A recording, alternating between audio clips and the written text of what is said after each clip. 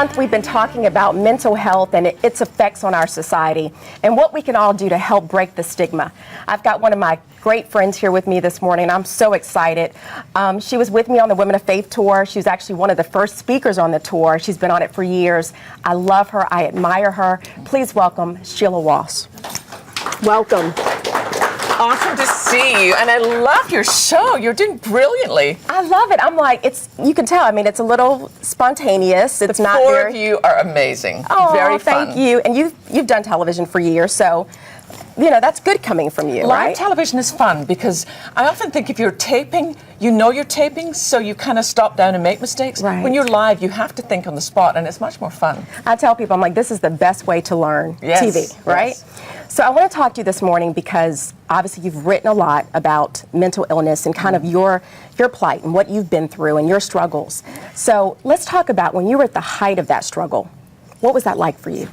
I think the thing that was hard for me, Pat, was that I was well known within the Christian community. Right. I was the co-host of the 700 Club with Pat Robertson, but I was struggling with severe clinical depression.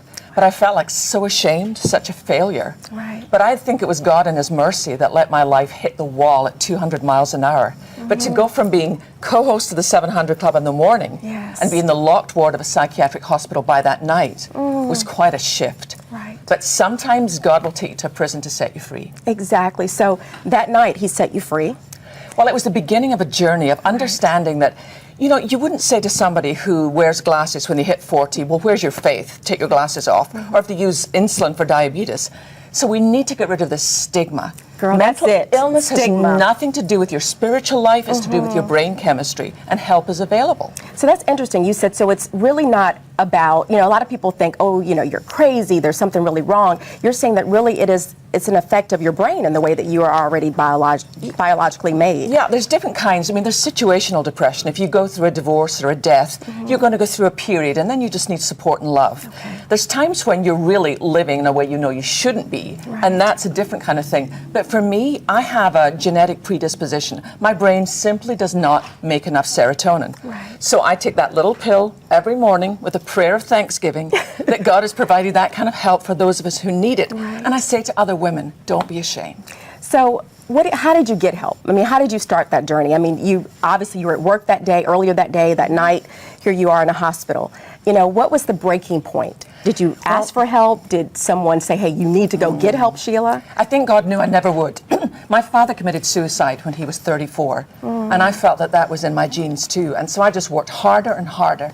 And God actually allowed me to fall apart live on national television one morning when somebody just asked me a kind question, and I wasn't expecting it. I didn't have time to pull up my wall, and I started to cry, and I couldn't stop. Wow. And it was clear the gig was up, but it was really God's mercy. Wow. So what are we going to do about this stigma? What do we do? I mean, if someone's watching today and they're struggling, thinking, I don't want to tell somebody because I'm too ashamed or I'm too embarrassed, what would you tell that viewer who's watching? I would simply say, go and talk to a doctor. There's wonderful help available. You don't have to be alone. Those dark suicidal moments. You don't have to stay there. And talk to a friend. Right. I still take medication. Sometimes people say, well, how long did it take them to fix you? Right. And I say, well, give me your phone number. If they ever do, I'll call you. I mean, it's not about being fixed. Right. It's about being helped on the journey home. Exactly. But and don't allow other Christians to condemn you. We can be so hard on each other. Exactly. I struggled years ago as well with depression, and I was so embarrassed to tell anybody about it. And I went through, of course, kind of hitting that wall like you talk about, getting the help that I needed, taking medication. And I mean, thank God I haven't been on medicine for years, so sometimes it could just be a season that you're going through, or it can be a lifetime journey. Yeah, if you're like me, then you just probably will need to be on it for the rest of your life. Right. But I talk about it because I want other people to know, look, I'm on a platform with Women of Faith. It's not like, well, once you're fixed, then you can serve God. Right. None of us will be fixed till we get home. Right. Well, let's talk about this Women of Faith tour, because that's where we met, actually. Yes. And you all are about to launch another tour, in September? Yeah, I believe God can do anything. And we're coming here to Dallas, to American Airlines, and that's going to be in September 20th and 21st. It's and let me amazing. tell you all, get your tickets now, because it always sells out here in Dallas, right? I mean, it does. It's probably the largest venue or the largest city for the tour. When we used to have Reunion Arena, we would actually run the same weekend in both arenas, and we would just run back and forward with the police escort. So now love we've it. only got one arena. I love it, though. And so what can we expect this year? Anything new or It's going to be exciting? amazing. We're going to have Gateway Worship. I mean, they're phenomenal. They're a church local here. They're providing our Yes. worship teams. Carrie Job. We're going to have Mercy Me. Some of Right. the best speakers that you've ever heard. Wow, well, I'm looking forward to it. This time I get to sit in the audience and enjoy and worship and fellowship with you guys, so I'm excited. Awesome. Thanks, Pat. Oh, thank you, Sheila. Thank you for being bold and honest and hopefully saving and rescuing somebody else out there that needs to hear what you had to say today. If you are someone who is in need of help or support from Treasure U, please visit treasureu.org to find out how you can get into this process and we can help you out. Okay? Thank you. Thank you, Sheila. Oh, thank you, honey.